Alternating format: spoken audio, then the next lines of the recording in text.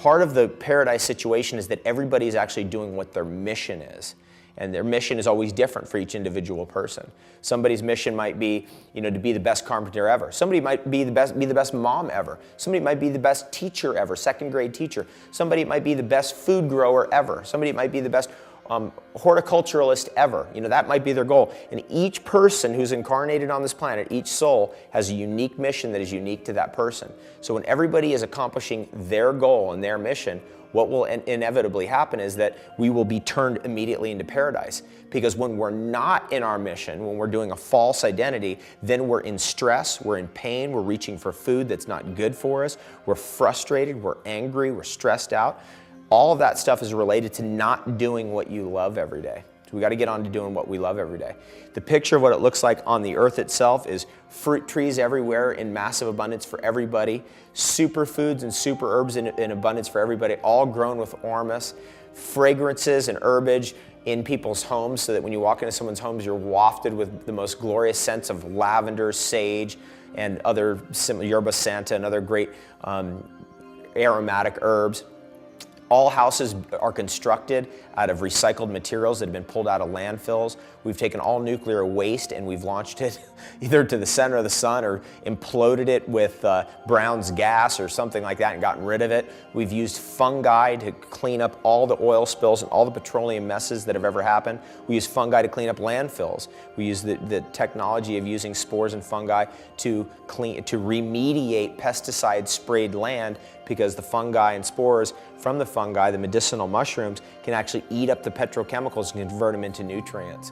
We can definitely see that all our oceans would be completely pure, totally pristine and clean. There would be no more radical corporations who are like a chicken with their head cut off, just running around like crazy, destroying everything in sight.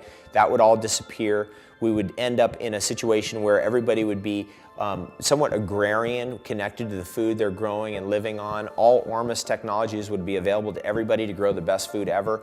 Pure water for every being, and the restoration of pure water for everybody on Earth.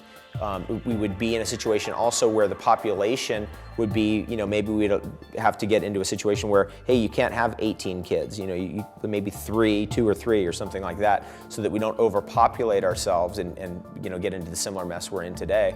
And then we would obviously get off the spontaneous combustion engine and go completely to solar, wind, and or zero-point free energy technologies, so we're not spewing all kinds of gunk into the atmosphere.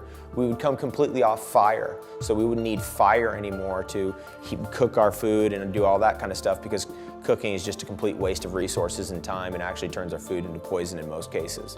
In addition to all of that, we would get into remediating and purifying all the air on the planet Earth by restoring the natural balance of the atmosphere, by stopping chemtrails and nuclear explosions in the atmosphere and the use of depleted uranium. All nuclear weapons would be completely banned on the Earth and would be eradicated and either launched into the center of the sun or taken away or something. We got to get rid of all nuclear weapons completely. We would have to eradicate and ban all wars. Actually, there would be no wars at that point anyway, because all wars are really caused by centralized banking. Once we got rid of centralized banking, there would be no reason for any wars to be happening, and that would all disappear. The military-industrial complexes of the world would convert all their efforts into planting fruit trees on every road and on every stretch of land that had been mowed down for cities or mowed down for growing wheat or something that was irrelevant. So we'd replant fruit trees across the entire Earth using the power of all the world's militaries. Instead of drop down and give me 20 push-ups, it's drop down and plant 20 fruit trees. We'd go into that role. We would get into a situation between beings where before anything would break down into some kind of cataclysmic, fight, war, whatever, that communication and mediation would be the first step. And it'd probably be important to all get onto one language so that we could all communicate with each other, because lack of communication seems to be at the real core of almost every problem. And probably at this point, it's probably going to be English, because English is so widespread on the planet, and the internet language is English. That's probably a big factor as well. The internet would become a ground for all scientific information, all film, data, media to be available for everyone for free. and it's going that way anyway. So everybody would be able to get all that stuff for free, and we'd have to come off the whole money system as we know it, where everybody's just trying to climb over each other to get more money for what? For more trash in the oceans, that kind of thing. So we just get out of that complete aberration or miasm and drop it. Each being would be responsible for their own health. So we'd get completely out of this whole idea of government-sponsored health, and each person is alone responsible for their own health. All pesticides, herbicides, larvicides, fungicides, artificial fertilizers would be banned from the earth forever. That's a complete disaster. It's the worst thing ever. Thank God that's over with.